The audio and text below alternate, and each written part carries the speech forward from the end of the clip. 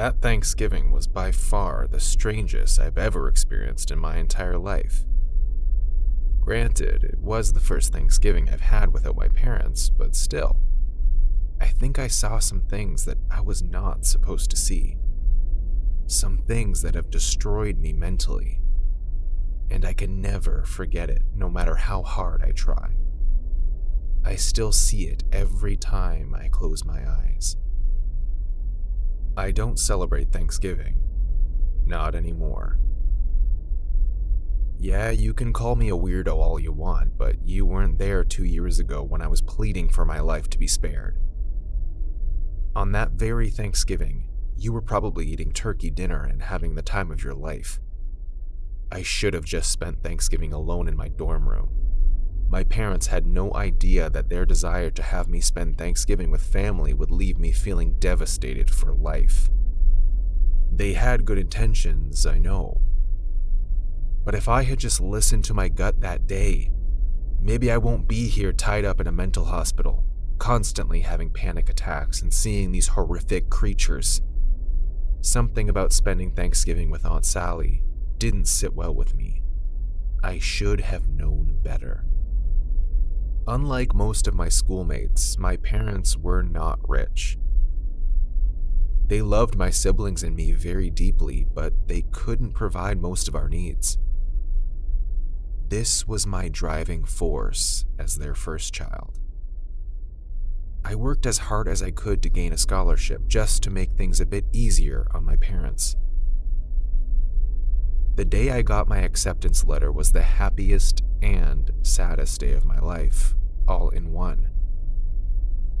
I had gotten a scholarship to one of the best schools, but the problem was that it was thousands of miles away from home. And for the first time in my life, I would have to leave home, and that I really was not looking forward to. But I had to leave, and it was the hardest thing I ever had to do.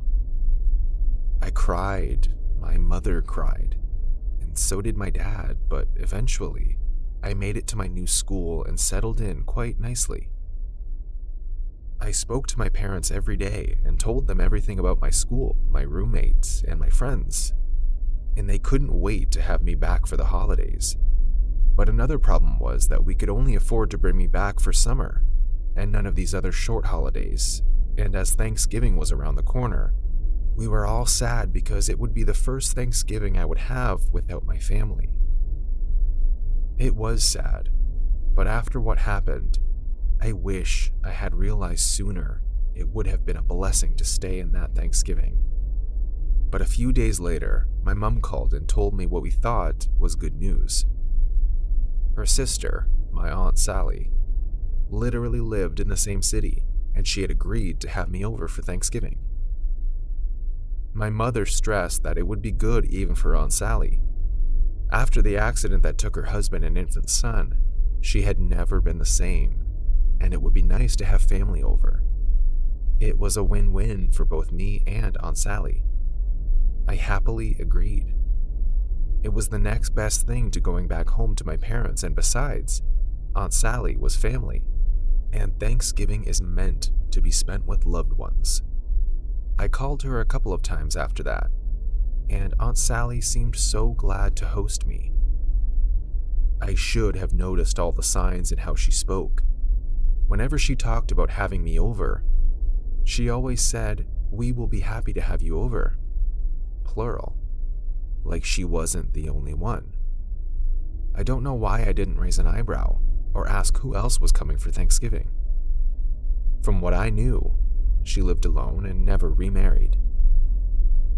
Anyways, on Thanksgiving, I headed towards Aunt Sally's home, and as I reached her porch, I began to hear voices from within, almost like two people were having a heated conversation. I paused and listened. I could hear her voice, but the voice of the other person seemed faint. I knocked on the door, and there was immediate silence from within. I heard some shuffling, and then Aunt Sally appeared at the door, smiling warmly. She invited me in. And later that evening, when we settled down to dinner, the second strange thing of the day happened. Aunt Sally appeared with a doll and placed it gently on one of the chairs at the table. I found that really strange, and when I asked her about it, she said the doll belonged to her late son, and it was all she had kept of him. As we ate, more strange things began to happen.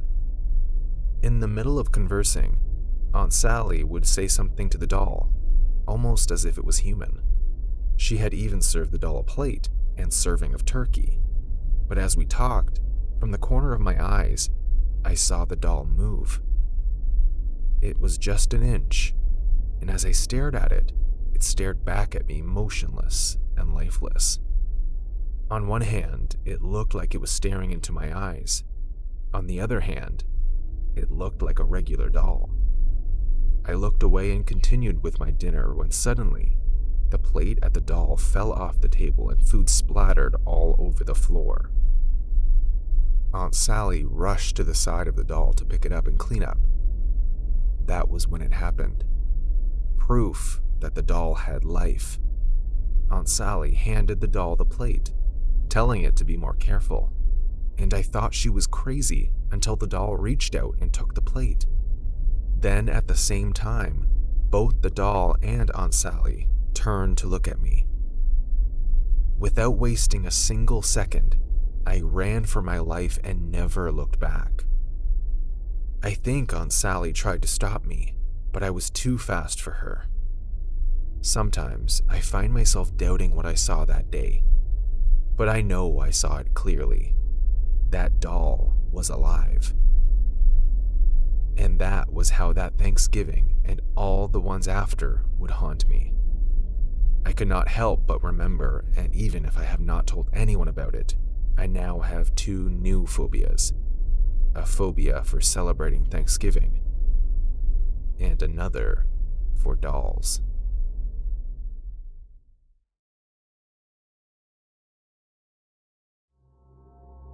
All we wanted was to find a home we could start afresh and rebuild our lives.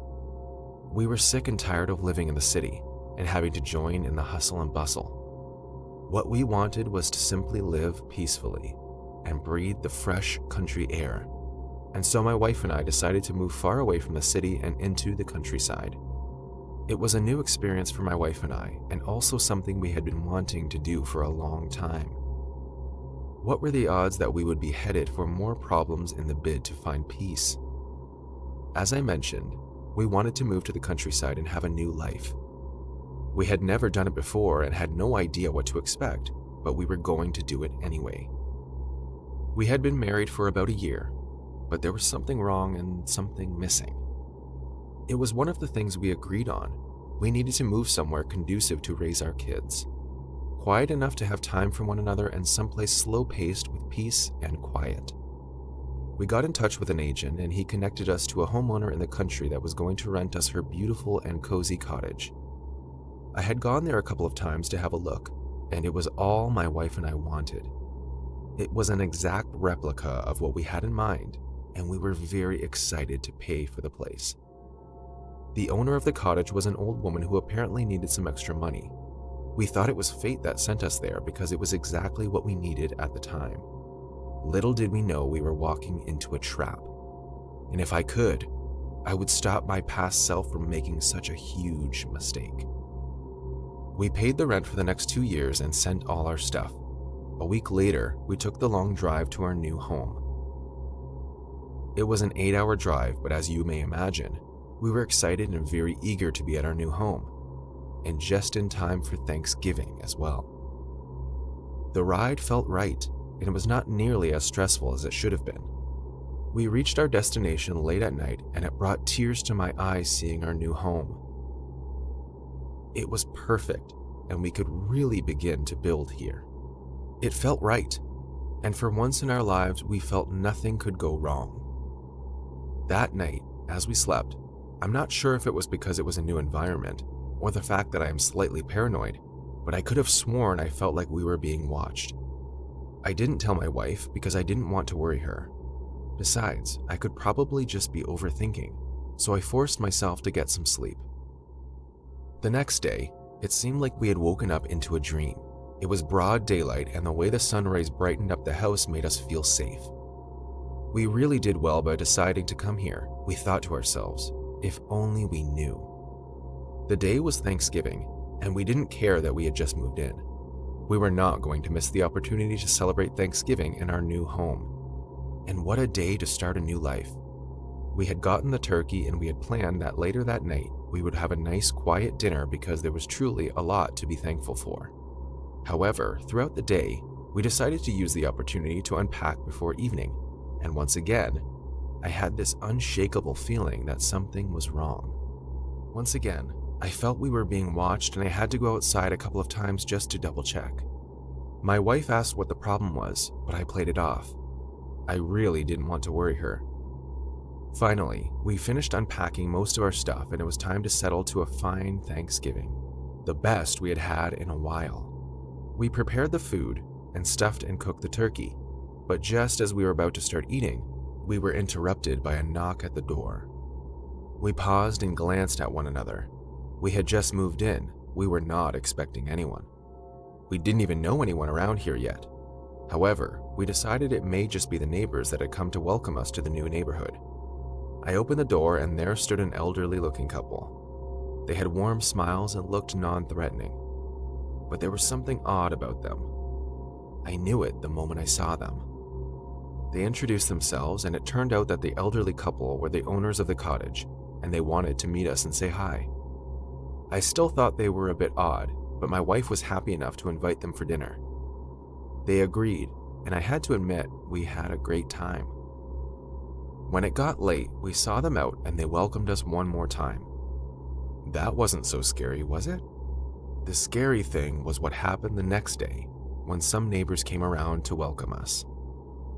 It turned out that the couple who we let into our home the previous night had been dead for 5 years. They had died in the cottage side by side, and apparently in the same clothes they had visited us in. We loved this cottage, but as weeks passed, we both began to feel their presence all around the house.